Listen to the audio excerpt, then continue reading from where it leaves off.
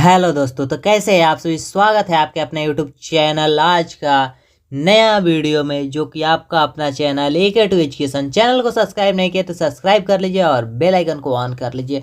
तो फाइनली आज हम लोग जो कि देखने वाले हैं इंटरमीडिएट एग्जामिनेशन 2024 का ऑफिशियल मॉडल पेपर, जो कि official model paper Bihar board ने जारी किया है अभी अभी। इसी मॉडल पेपर को देखने वाले हैं। सेम इसी की तरह आपके बोर्ड एग्जाम में यही पैटर्न रहेगा। सेम अभी भी 70 ऑब्जेक्टिव क्वेश्चन पूछा जाएगा, जिसमें से 35 का आपको जवाब देना है।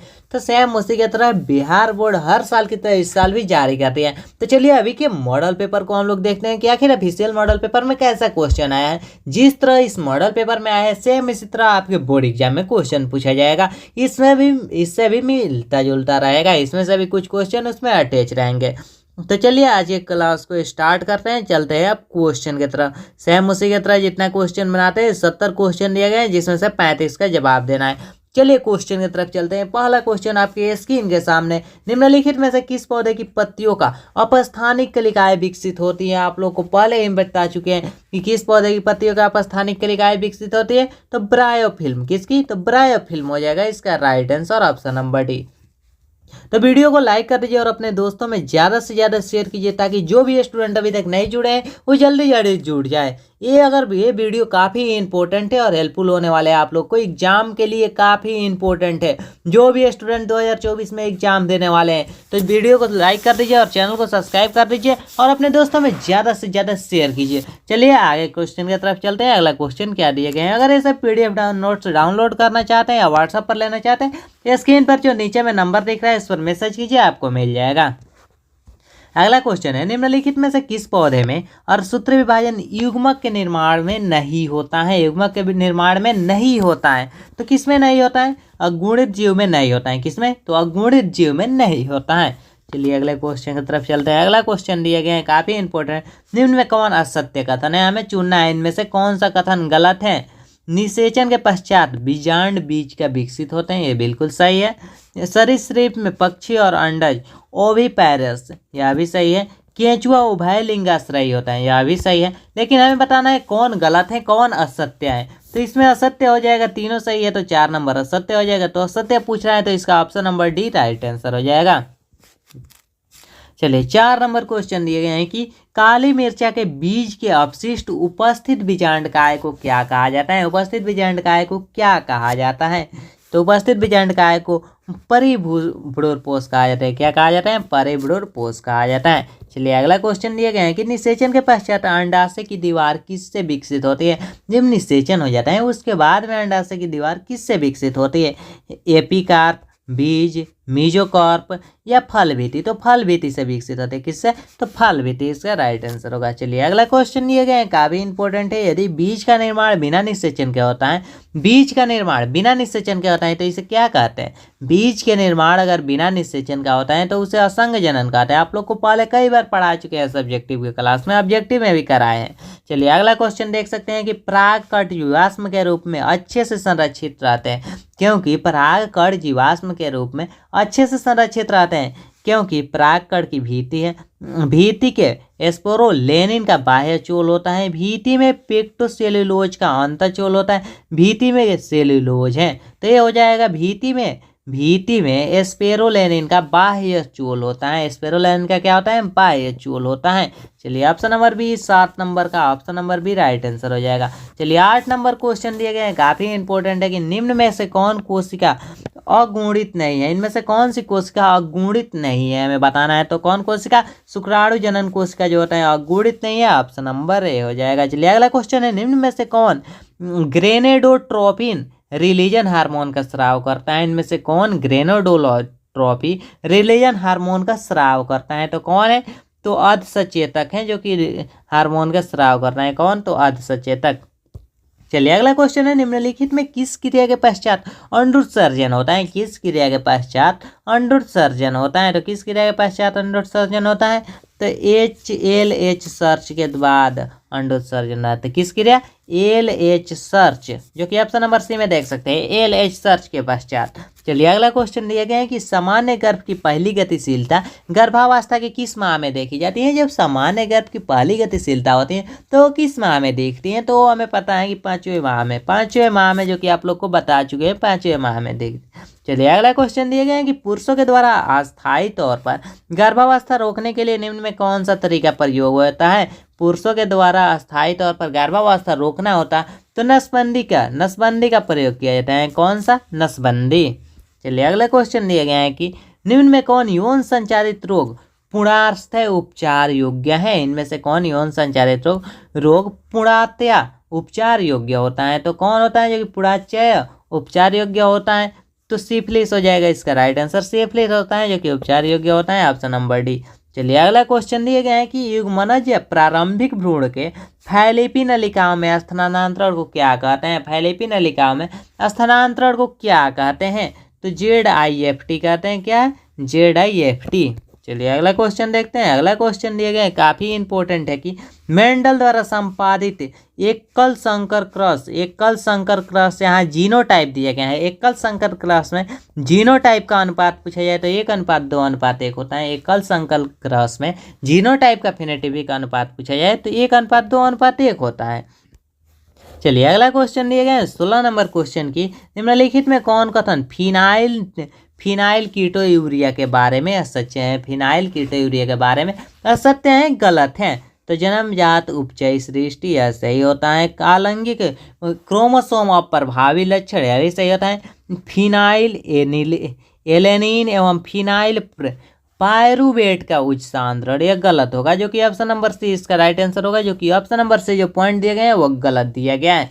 चलिए अगला दिया गया है कि मेंडल के अनुसार कोई वस्तु अपरिवर्तित रूप से जनक से संतति को युग्मकों के माध्यम से उपरोत्तर पीढ़ियों को अग्रसरित होती हैं, जिसे उन्होंने क्या कहा हमें बताना है। तो उसका नाम उन्होंने क्या दिया, तो उसका नाम दीजिए कारक दिया। क्या नाम दिया? कारक। चलिए अगला क्वेश्चन दिया गया है कि निम्नलिखित में किसमें XO नर प्रकार के लिंग निर्धारण क्रियाविधि होता है। XO नर प्रकार के लिंग निर्धारण क्रियाविधि होता है तो टीड़ा में होता है। किसमें होता है?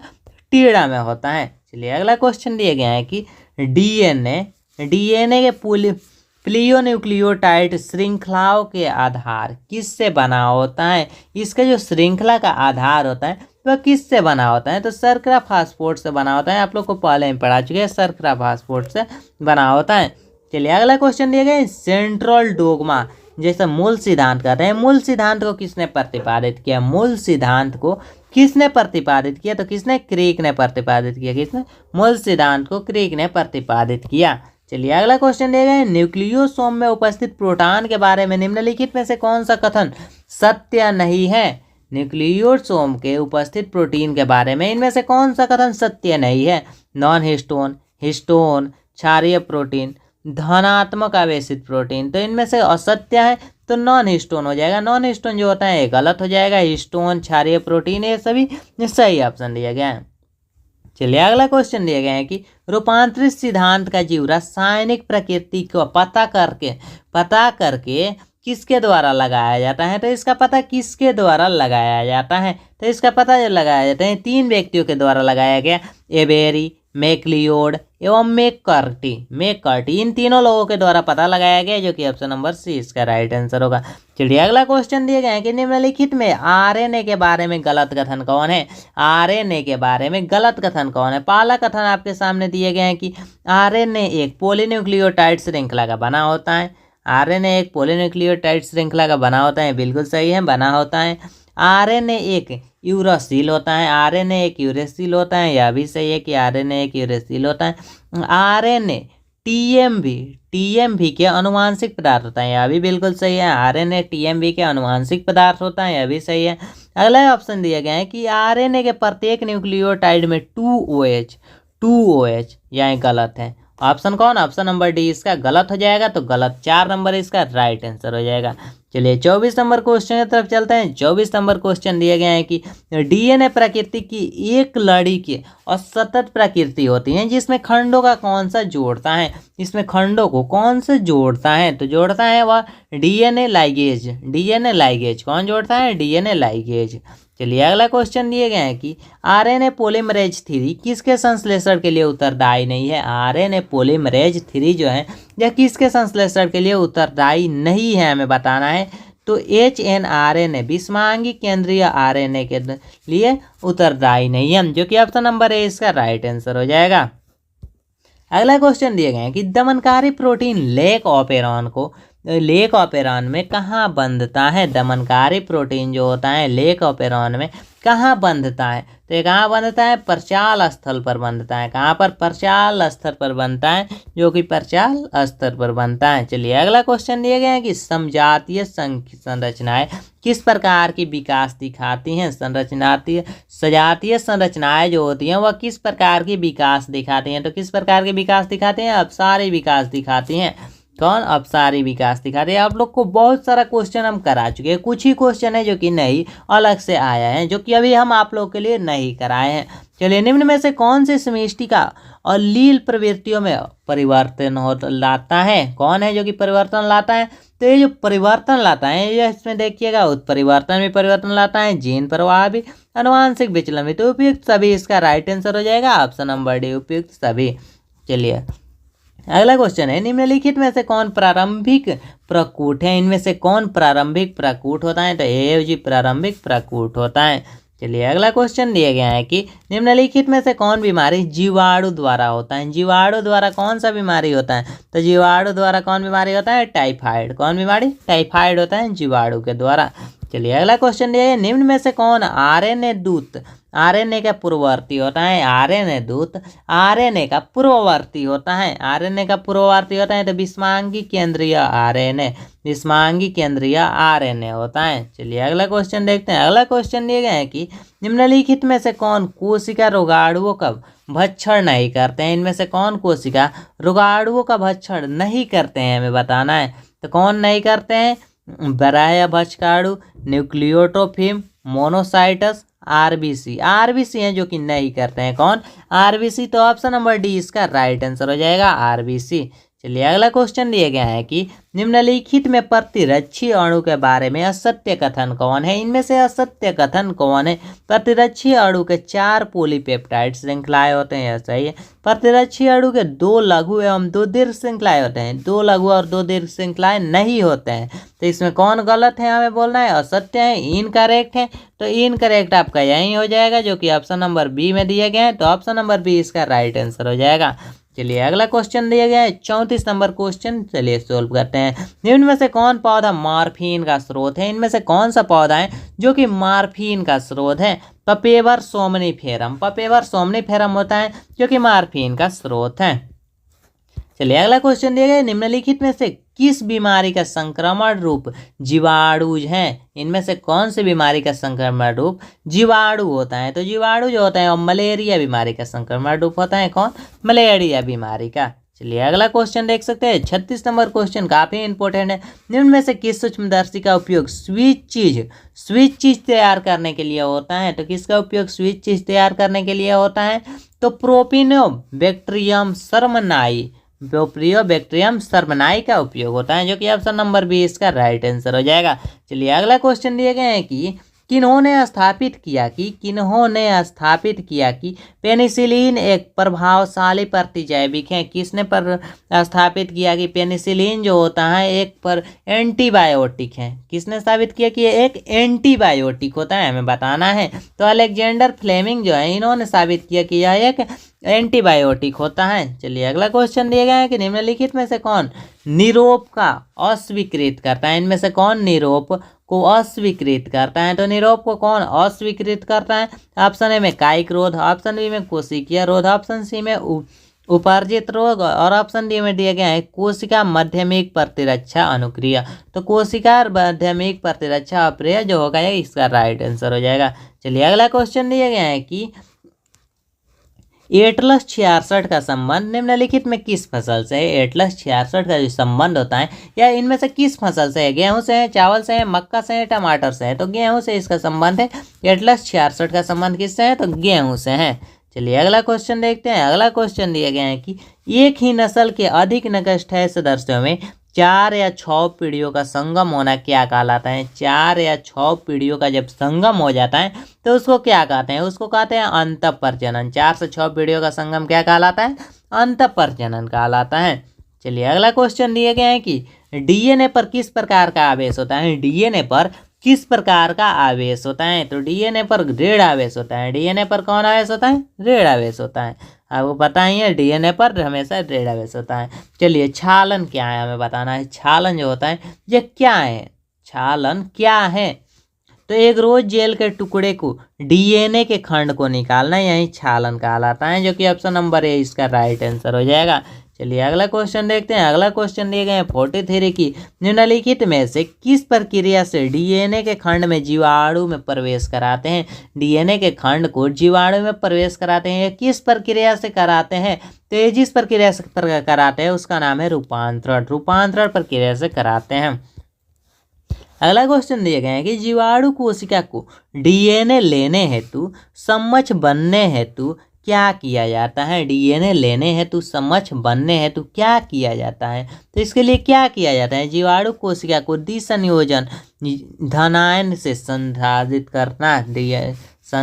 करता है, उसके बाद से हम बनने हेतु किया जाता है, जो कि ऑप्शन नंबर ए इसका राइट आंसर हो जाएगा। चलिए अगला क्वेश्चन की तरफ चलते हैं। हम लोग ने अभी तक टोटल 44 क्वेश्चन सोल्व कर लिया। अगला क्वेश्चन दिया है, काफ़ी इंपॉर्टेंट क्वेश्चन है और ये आपके बोर्ड एग्जाम 2024 में छपने वाला है, बिल्कुल छपने वाला है। मैं इसको गेस भी कराया हूँ, बिल्कुल बीबीआई क्वेश्चन है।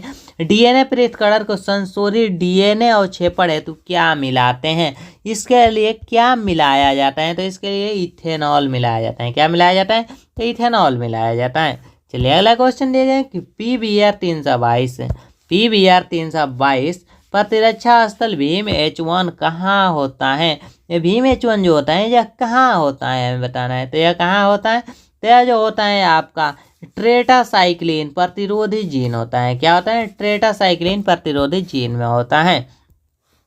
अगला क्वेश्चन दिया गया है, निम्नलिखित में से कौन PBR 322 का वृद्धि योग्य चिन्ह है? इनमें कौन वृद्धि योग्य चिन्ह है? तो TTR जीन या वे चिन्ह है, AMTR जीन या वे चिन्ह है। तो ऑप्शन नंबर सी इसका राइट आंसर हो जाएगा। ए और बी दोनों में जो चिन्ह दिए गए हैं यह दोनों चिन्ह इसका राइट आंसर हो जाएगा। तो सी में ए और बी दोनों हो जाएगा। तो इसका option number C right answer होगा। चलिए अगला क्वेश्चन दिया गया, निम्नलिखित में से किसकी आवश्यकता PCR में नहीं होता है? इनमें से किसका आवश्यकता PCR में नहीं होता है? तो किसकी आवश्यकता PCR में नहीं होती? तो प्राइमर्स की आवश्यकता PCR में नहीं होती। किसकी? तो प्राइमर्स की आवश्यकता PCR में नहीं होती है। चलिए अगला क्वेश्चन दिए गए हैं, काफ़ी इंपॉर्टेंट है कि कपास के मुकुल कृमि में को नियंत्रित करने वाला यौगिक निम्न में से कौन कौन है? इनमें से जो नियंत्रित करने वाला यौगिक है इनमें से कौन कौन यौगिक है जो कि नियंत्रित करता है? क्राई क्राई 2AB द्वारा कूटबंध प्रोटीन होता है, यही नियंत्रित करता है, जो कि आपको ऑप्शन नंबर है इसका राइट आंसर होगा। चलिए आगे हम लोग देखते हैं 50 नंबर क्वेश्चन। निम्नलिखित में से कौन मानव प्रोटीन परजीवी गाय रोजी दूध का उपस्थिति है? इनमें से कौन है जो कि मानव प्रोटीन परजीवी गाय रोजी दूध का उपस्थित है? रोजी दूध में उपस्थित है। तो कौन है जो कि रोजी दूध में उपस्थित है? तो अल्फा लेक्ट एबुमिन जो होता है यह आपका गाय रोजी के दूध में उपस्थित होता है। चलिए अगला क्वेश्चन दिए गए हैं, काफ़ी इंपॉर्टेंट है। गोल्डन चावल निम्न में से किससे समृद्ध है? गोल्डन चावल जो होता है यह निम्न में से किससे समृद्ध होता है? तो विटामिन ए से हमारा गोल्डन चावल समृद्ध होता है। किससे? तो विटामिन ए से हमारा गोल्डन चावल समृद्ध होता है।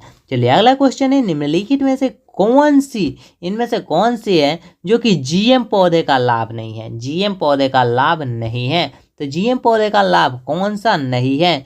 तो कायिक संकरण का आसान बनना यह GM पौधे का लाभ नहीं होता है। कौन? GM पौधे का लाभ जो नहीं होता है कायिक संकरण का आसान बनना GM पौधे का लाभ नहीं होता है। चलिए अगला क्वेश्चन दिए गए हैं कि निम्नलिखित में से किस मानव रोग के लिए परजीवी नमूने उपलब्ध नहीं है? किस मानव रोग के लिए परजीवी नमूने उपलब्ध नहीं है? तो मलेरिया रोग के लिए परजीवी नमूने उपलब्ध नहीं है, जो कि ऑप्शन नंबर डी इसका राइट आंसर होगा। चलिए अगला क्वेश्चन दिया है, निम्नलिखित में से किस किस्म पर 1977 में एक अमेरिकी कंपनी ने एकस्व अधिकार प्राप्त किया? तो कब, जब यह किस्म कौन सा था? 1977 में जब अमेरिकी कंपनी ने एकस्व अधिकार प्राप्त कर लिया। तो वह बासमती और अर्धबौनी किस्म था। कौन? बासमती की अर्धबौनी किस्म पर। अगला क्वेश्चन दिए गए हैं, निम्नलिखित में से कौन सी कथन अनुवांशिक निर्मित इंसुलिन के बारे में असत्य है? इंसुलिन के बारे में असत्य दिया गया है, मतलब गलत दिया गया है। तो इनमें से कौन सा कथन गलत दिया गया है? इंसुलिन की श्रृंखला ए एवं बी के निर्माण हेतु अलग अलग डीएनए अनुक्रमों का संश्लेषण। ऑप्शन बी में दिया गया श्रृंखला ए और बी के डीएनए के अनुक्रम में ई कोलाई में प्लाज्मिड का जोड़ा गया। ऑप्शन सी श्रृंखला ए तथा बी के अलग अलग संश्लेषण। ऑप्शन डी श्रृंखला ए तथा बी के हाइड्रोजन बंधनों को जोड़कर मानव इंसुलिन बनाया जाता है। तो श्रृंखला ए एवं बी को हाइड्रोजन बंधनों को में जोड़कर इंसुलिन बनाया जाता है, जो कि ऑप्शन नंबर डी इसका राइट आंसर हो जाएगा। इंसुलिन बंधन बनाया जाता है। चलिए अगला क्वेश्चन दिया गया है कि निम्नलिखित में से किस क्षेत्र में एम.एस. स्वामीनाथन का नाम जुड़ा है? एम.एस. स्वामीनाथन का नाम जुड़ा है। तो एम.एस. स्वामीनाथन का नाम किस में जुड़ा है? तो ये जो जुड़ा है नाम आपका हरित क्रांति से नाम जुड़ा है, एम.एस. स्वामीनाथन। चलिए अगला क्वेश्चन देख लेते हैं। अगला क्वेश्चन दिया गया है जो कि 57 नंबर क्वेश्चन है कि निम्नलिखित में कौन भारत के प्रमुख जियोम जो कि बायोम से शामिल नहीं है? इनमें से कौन है जो कि भारत के प्रमुख बायोम में शामिल नहीं है? तो प्रमुख बायोम में शामिल नहीं है, घास स्थल जो होता है यह प्रमुख बायोम में शामिल नहीं है। चलिए अगला क्वेश्चन देख सकते हैं, काफ़ी इंपॉर्टेंट क्वेश्चन है, 58 नंबर क्वेश्चन। चलिए, जीव को तापमान की व्यापक सीमा को सहन कर सकते हैं। जीव जो तापमान के व्यापक सीमा को सहन कर सकते हैं उन्हें क्या कहते हैं? जो कि वर्तमान में जो व्यापक सीमा है उसको सहन कर सकते हैं, उसको क्या कहते हैं? तो उसको जो सहन करते हैं पृथुतापी कहा जाता है। क्या कहा जाता है? पृथुतापी कहा जाता है। चलिए अगला क्वेश्चन देखते हैं। अगला क्वेश्चन दिया गया है कि निम्नलिखित में से कौन समष्टि जनसंख्या का गुण नहीं है? समष्टि जनसंख्या का गुण नहीं है। तो इनमें से कौन समष्टि जनसंख्या का गुण नहीं है हमें बताना है। ऑप्शन ए में लिंग अनुपात, ऑप्शन बी में समष्टि घनत्व और ऑप्शन डी में दिया गया है जन्म दर और ऑप्शन डी में ऊर्जा प्रवाह दिया गया है। तो कौन गुण नहीं है? तो ऊर्जा प्रवाह गुण नहीं है। ये तीनों हो जाएगा, ऊर्जा प्रवाह नहीं है, जो कि इसका option number D right answer होगा। क्या? तो ऑप्शन नंबर डी होगा। चलिए अगला क्वेश्चन दिया गया 1920 में ऑस्ट्रेलिया में कौन से पौधे लगाने के बाद लाखों हेक्टेयर पर क्षेत्र की तबाही मचा दी गई? लाखों हेक्टेयर पर क्षेत्र में तबाही मचा दी गई। तो नागफनी के लिए, नागफनी जो कि पौधा होता है इसके लिए मचा दी गई पूरा तबाही। चलिए, अस्पर्धी अपवर्जन नियम किन्होंने प्रतिपादित किया? अस्पर्धी अपवर्जक जो नियम होता है यह किन्होंने प्रतिपादित किया? तो यह किन्होंने प्रतिपादित किया? तो यह जो प्रतिपादित किया गॉस ने। किसने? उन्हें? तो गॉस ने प्रतिपादित किया, जो कि देख सकते हैं गॉस ने इसको प्रतिपादित किया, जो कि ऑप्शन नंबर बी इसका राइट आंसर हो जाएगा। चलिए अगला क्वेश्चन दिया गया है, निम्नलिखित में से कौन सहोपकारिता का उदाहरण नहीं है? इनमें से कौन जो है सहोपकारिता का उदाहरण नहीं है? बगुला व चाड़र पशु, बगुला व चाड़र पशु जो होता है यह सहोपकारिता का उदाहरण नहीं है। अगला क्वेश्चन दिया गया है कि निम्नलिखित में से किस पक्षी में अंड परजीविता दिखाई देती है? इनमें से किस पक्षी में अंड परजीविता दिखाई देती है? तो किस पक्षी में अंड परजीविता दिखाई देती है? कोयल जो होती है, कोयल में आपको अंड परजीविता दिखाई देती है। किस पक्षी में? तो कोयल में, कोयल में आपको अंड परजीविता दिखाई देती है। चलिए अगला क्वेश्चन दिया है, निम्नलिखित में से कौन सा कथन असत्य है? हमें चुनना है। इनमें ज़्यादातर क्वेश्चन बायोलॉजी के हम देख रहे हैं दिया गया है कि कौन सा कथन असत्य है, सत्य नहीं चुनना है, असत्य चुनना है। तो इनमें से कौन सा कथन असत्य है बताना है। तो ऊर्जा का प्रवाह बीतिया है, यह कथन गलत है, जो कि आपको ऑप्शन नंबर बी इसका राइट आंसर हो जाएगा। कौन? Option number B. चलिए अगला क्वेश्चन दिए गए हैं कि भारत में आम की कितने किस्में पाई जाती हैं? भारत में आम की कितने किस्में पाई जाती हैं? तो एनसीईआरटी में बताया गया है भारत में आम की लगभग 1000 से ज़्यादा किस्में पाई जाती हैं। कितनी? तो 1000 से ज़्यादा किस्में पाई जाती हैं। चलिए अगला क्वेश्चन दिए गए हैं कि IUCN के अनुसार, IUCN के अनुसार पृथ्वी पर जंतु एवं पादपों की प्रजातियों की कुल संख्या कितनी है?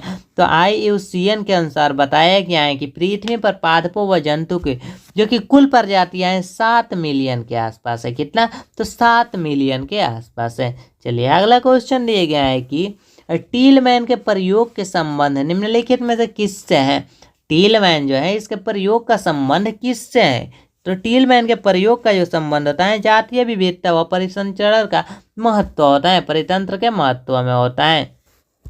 चलिए अगला क्वेश्चन दिया गया है कि स्टीलर समुद्री गाय के विलोपन का मुख्य कारण क्या है। स्टीलर समुद्री जो गाय थी इसके विलोपन का मुख्य कारण क्या था, इसके पीछे कारण क्या था। तो इसके पीछे कारण था अतिदोहन। क्या कारण था? अतिदोहन, जो कि ऑप्शन नंबर 20 का राइट आंसर होगा। चलिए अगला क्वेश्चन दिया गया है कि उत्प्रेरक परिवर्तक के निम्नलिखित में से कौन धातु नहीं लगा होता है। उत्प्रेरक परिवर्तक में निम्नलिखित में से कौन धातु नहीं लगा होता है, हमें बताएं तो कौन नहीं लगा होता है। तो पोलिनियम, पोलिनियम नहीं लगा होता है, जो कि ऑप्शन नंबर डी में दिए गए हैं, पोलिनियम नहीं लगा होता है। चलिए आगे हमारा लास्ट और 70 नंबर क्वेश्चन है, निम्नलिखित में से कौन सा कथन कीटनाशक पीड़कनाशी के प्रयोग के बारे में असत्य है। तो कीटनाशक पीड़कनाशी प्रयोग के बारे में असत्य है, तो ये हो जाएगा अलक्ष्य जीवों में हानि नहीं, अलक्ष्य जीवों को हानि नहीं। जो कि अभी तक हम लोगों ने टोटल 70 ऑब्जेक्टिव क्वेश्चन सॉल्व किए, जो कि काफ़ी फास्ट ट्रैक पर चल रहे थे, काफ़ी फास्ट चल रहे थे। इतना जल्दी कोई अभी तक नहीं बताया होगा आप लोग को। तो इतना फास्ट चल रहे थे कि आप लोग को जल्दी समझ में आ जाए, जल्दी से जल्दी आप लोग मॉडल पेपर कवर कर पाए। कवर करने के साथ आप लोग याद भी कर लीजिए। अगर याद नहीं हुआ है तो PDF डाउनलोड कीजिए और उसको याद कीजिए। अभी के अभी मैं सभी का आंसर बता दिया हूँ, तो आंसर सभी नोट कर, आंसर आपके सामने है, जब मर्जी तब मिला लीजिए। वीडियो को एक बार नहीं, 2 बार नहीं, 3 बार देखिए, लेकिन पूरा क्वेश्चन याद रहना चाहिए। पूरा क्वेश्चन क्या चाहिए? याद चाहिए हमको। तो पूरा का पूरा मॉडल्स पेपर का क्वेश्चन याद हो जाना चाहिए। तो आज की वीडियो में हम लोगों ने टोटल 70 ऑब्जेक्टिव क्वेश्चन सॉल्व किए। सेम इसी तरह 20 लघु उत्तरीय प्रश्न है, जिसमें से आप लोगों को 10 के जवाब देना है, सब में डबल रहेगा। तो चलिए हम लोगों ने सभी क्वेश्चन सॉल्व कर लिया। चैनल पर पहले बार आए तो सब्सक्राइब कर लीजिए, और वीडियो अभी तक देख रहे हैं तो लाइक कर दीजिए, और अपने दोस्तों के पास भी ज़्यादा से ज़्यादा शेयर कीजिए, ताकि वो भी इस मॉडल पेपर का फायदा उठा सके। तो मिलते हैं अब नेक्स्ट क्लास में। अभी तक हम लोगों ने जो कि सभी सब्जेक्ट के बारी बारी से देख रहे हैं, अभी हम लोग देख लिए जो कि बायोलॉजी का, तो इस तरह से सभी का हम लोग कवर कर लेंगे। तो हमारे चैनल को सब्सक्राइब कर लीजिए, ताकि आने वाले हर वीडियो का नोटिफिकेशन आपको सबसे पहले मिले। तो मिलते हैं नेक्स्ट वीडियो में। जय हिंद, वंदे मातरम।